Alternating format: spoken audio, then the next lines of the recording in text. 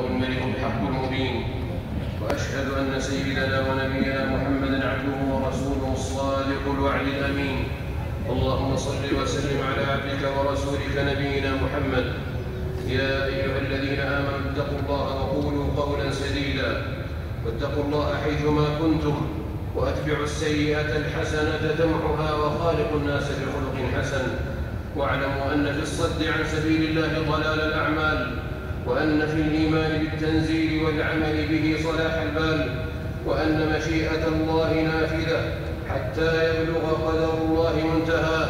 قال الله عز وجل: الذين كفروا وصدوا عن سبيل الله أضل أعمالهم، والذين آمنوا وعملوا الصالحات وآمنوا بما نزل على محمد وهو الحق من ربهم كفر عنهم سيئاتهم وأصلح بالهم.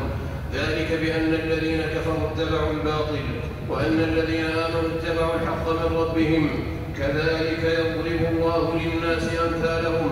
فإذا لقيتم الذين كفروا فضرب الرقاب حتى إذا أثخنتموهم فشدوا الوثاق، فإما منا بعد وإما فداء حتى تضع الحرب أوزارها. ذلك ولو يشاء الله لانتصر منهم، ولكن ليبلو بعضكم ببعض. والذين قتلوا في سبيل الله فلن يضل أعمالهم، سيهديهم ويصلح بالهم ويدخلهم الجنة عرفها لهم. يا أيها الذين آمنوا إن تنصروا الله ينصركم ويثبت أقدامكم، والذين كفروا فتعسا لهم وأضل أعمالهم. ذلك بأنهم كرهوا ما أنزل الله فأحبط أعمالهم. أفلم يسيروا في الأرض فينظروا كيف كان عاقبة الذين من قبلهم؟ دمر الله عليهم، وللكافرين أمثالها. ذلك بأن الله مولى الذين آمنوا وأن الكافرين لا مولى لهم. فاللهم يا ولي الإسلام وأهله صل على سيدنا محمد وأهل بيته، صاحب الإسراء والمعراج والشريعة والمنهاج، إمام الأنبياء وسيد الشهداء وصفوة الأتقياء، البشير النذير الداعي إلى الله بإذنه والسراج المنير. أقسم الله بحياته وجعل سكن المؤمنين بصلاته، وبشرهم بصفاته وشمائله، وسعدهم بهديه ودلائله. فاللهم صل عليه صلاة تكون له رضاء، ولحقه أداء، ولقلوبنا شفاء. صلاة ترضيك وترضيه وترضى بها عنا يا رب العالمين.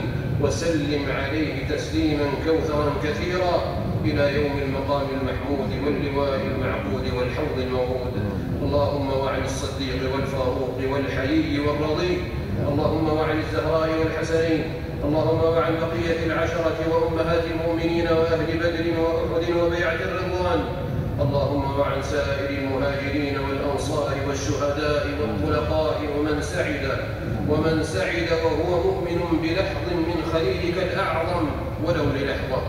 اللهم صل وسلم وبارك عليهم أجمعين، وعن التابعين وتابعيهم بإحسان إلى يوم الدين، وعنا معهم بعفوك وكرمك وجودك يا أكرم الأكرمين. اللهم أعز الإسلام والمسلمين، اللهم أعز الإسلام والمسلمين، وأذل الشرك والمشركين، وأنجي المستضعفين. اللهم نجي المستضعفين من المؤمنين والعن الكافرين. اللهم انصر المرابطين، ونجي المستضعفين، واشف المرضى، وأبره الجرحى. اللهم وأبره الجرحى، وفك الأسرى، وتقبل الشهداء في بيت المقدس وأكنافه، وانصر الإسلام وأهله، وأعل شانه، وأيد برهانه في كل مكان يا قوي يا علي يا عزيز يا قهار، يا من بيده ملكوت كل شيء وهو يجير ولا يجار عليه. كل أهل فلسطين مؤيدا وظهيرا ونصيرا. اللهم أطعمهم من جوع وآمنهم من خوف، ومكنهم من عدونا يا قوي يا عزيز. اللهم عليك بالصهاينة والكفرة والملاحدة والمشركين الذين يصدون عن سبيلك ويقاتلون أولياءك ويكذبون رسلك. اللهم عليك بهم فإنهم لا يعجزونك. اللهم أنزل عليهم رجزك وعذابك إله الحق يا رب. اللهم آمن المسلمين في أوطانهم. اللهم آمن أوطان المسلمين. اللهم آمن أوطان المسلمين، واعمرها بالإسلام والسنة واليقين، وأصلح ذات بينهم، واجمع أهل الحق على كلمة الحق يا رب العالمين، واجعلهم يدا على من سواهم، واستعملهم في طاعتك، وأقمهم على ملتك، وأيد بالحق إمامنا وألهمه رشده، وأصلح بطانته، وانصر به الإسلام وأهله، واجعله مفتاحا لكل خير مغلاقا لكل شر. اللهم ولي عهده وأعوانه على الخير يا رب العالمين. ربنا آتنا في الدنيا حسنة وفي الآخرة حسنة وقنا عذاب النار. عباد الله، اذكروا الله ذكرا كثيرا وسبحوه بكرة وأصيلا.